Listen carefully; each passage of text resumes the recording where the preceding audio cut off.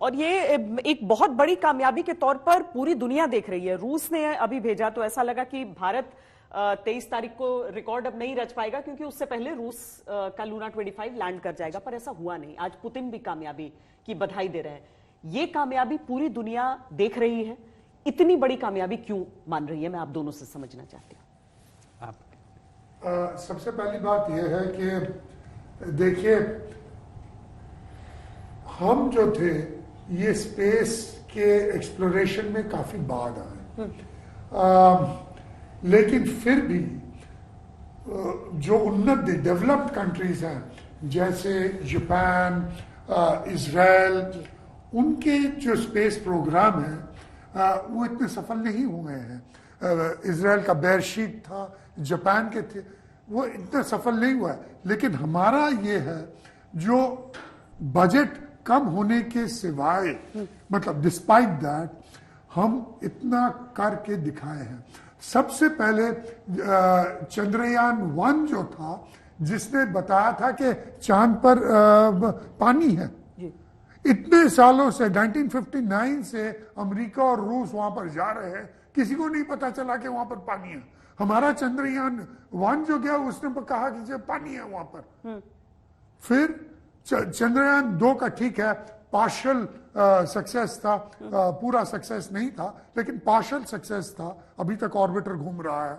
और चंद्रयान 3 हमारे सबसे मिनिमम फेलियर्स हुए हैं। और इसीलिए मेरे ख्याल में हमने अपना जो काबिलियत है, हमारे वैज्ञानिकों का जो काबिलियत है, ये पूरे संसार में दिखाया है। और ये भी दिखाया है कि हम सब कुछ चीज कम दाम में, हाई एफिशिएंसी में कर सकते हैं। हम साहित्य को भी जोड़ सकते हैं उससे, और हम विज्ञान की भी जय कर सकते हैं।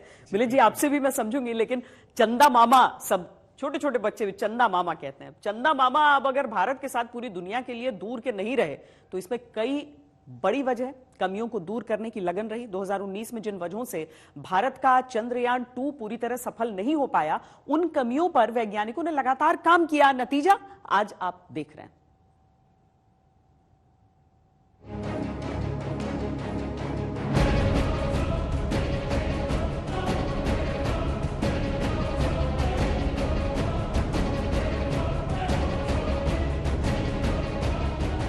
ये दिन इस बात का प्रतीक है कि हार से सबक लेकर जीत कैसे हासिल की जाती है। स्क्रीन पे देख सकते हैं, चंद्रयान 3 की कामयाबी ने दिखा दिया कि हार से सबक सीखने वाला ही आगे जाता है। चंद्रयान की कामयाबी से आज सारा देश खुशी से झूम रहा है। लेकिन 4 साल पहले माहौल अलग था। चंद्रयान 2 की नाकामी से देश को धक्का लगा, लेकिन इसरो के वैज्ञानिकों ने हौसला बनाए रखा और अपने मून मिशन की हर कमजोरी पर बारीकी से काम किया और इतिहास बना दिया। भारत चांद के दक्षिणी ध्रुव पर कामयाब लैंडिंग करने वाला इकलौता देश बन गया है, जिसे आज सारी दुनिया सलाम कर रही है। चीफ जस्टिस ऑफ इंडिया विकास की राह में इसे मील का पत्थर बताते हैं। हमारे महान राष्ट्र के नागरिक के रूप में ये बेहद गर्व की बात है कि मैंने आज चंद्रमा पर चंद्रयान 3 के उल्लेखनीय लैंडिंग को देख लिया। चंद्र मिशन की सफलता ने भारत को चंद्र सतह पर सफलतापूर्वक लैंडिंग करने वाले देशों के चुनिंदा समूह में शामिल कर दिया है। यह और भी महत्वपूर्ण है क्योंकि भारत चंद्रमा के दक्षिणी ध्रुव पर यानी साउथ पोल पर लैंडिंग करने वाला एकमात्र देश है। इससे वैज्ञानिक अनुसंधान और खोज में नए रास्ते खुलेंगे। ये राष्ट्र की प्रगति का जरूर बहुत ही अहम प्रतीक है। इस ऐतिहासिक उपलब्धि पर टीम इसरो और वैज्ञानिक समुदाय को मेरी हार्दिक बधाई। आज दुनिया की हर छोटी बड़ी अंतरिक्ष एजेंसी इसरो को बधाई दे रही है। दुनिया भर के देश भारत को बधाई दे रहे हैं। लेकिन सवाल यह है कि भारत ने कमाल कैसे किया। पिछली बार की किन गलतियों पर इसरो के वैज्ञानिकों ने काम किया। इन्हीं सवालों में अंतरिक्ष में हिंदुस्तान की ऐतिहासिक कामयाबी का राज छिपा है। सबसे बड़ी बात, चांद पर चंद्रयान 3 की लैंडिंग से पहले ही इसरो चीफ सारे देश को बता दिया था कि इस बार पूरी तैयारी पिछली नाकामियों को ध्यान में रखकर की गई। इस बार हमने ये ध्यान रखा है कि हमारा जो डिजाइन है वो पूरा फेलियर को ध्यान में रखी किया गया है कि जनरली हम डिजाइन करते हैं कि सक्सेस कैसे मिले, कि सफलता कैसे मिले, पर इस बार हमने ये ध्यान रखा है कि अगर निष्फलता के कोई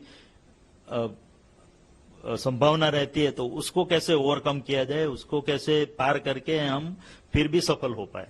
इसी कड़ी क्षणों में भी हम प्रशिक्षण से पार उतरे, तो उसकी संभावना को देखते हुए डिजाइन किया गया है। अगर पिछली बार की पहली गलती की बात करें तो वो विक्रम लैंडर की स्पीड को लेकर थी, जिसे कम करने के लिए जो 5 इंजन लगाए गए थे उन्होंने जरूरत से ज्यादा थ्रस्ट पैदा किया, जिससे क्राफ्ट तेजी से मुड़ने लगा और अपने रास्ते से भटककर अनियंत्रित होकर चांद की सतह से टकराकर टूट गया।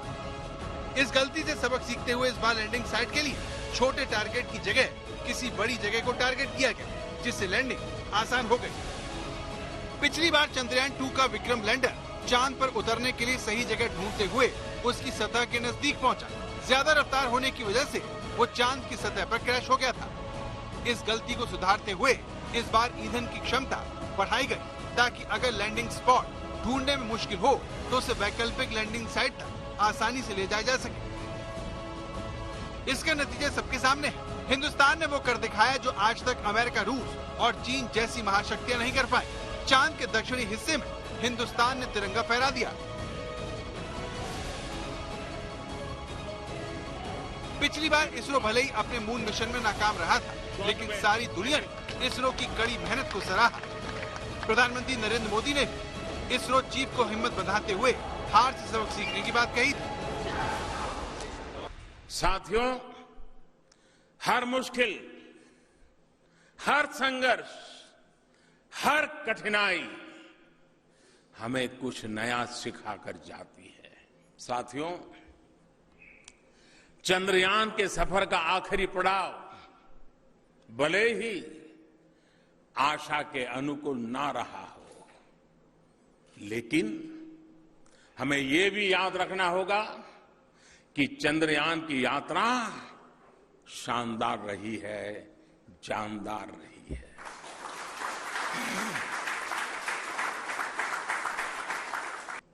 हमें पीछे मुड़कर निराशा नहीं होना है। हमें सबक लेना है, सीखना है, आगे ही बढ़ते जाना है और लक्ष्य की प्राप्ति तक रुकना नहीं।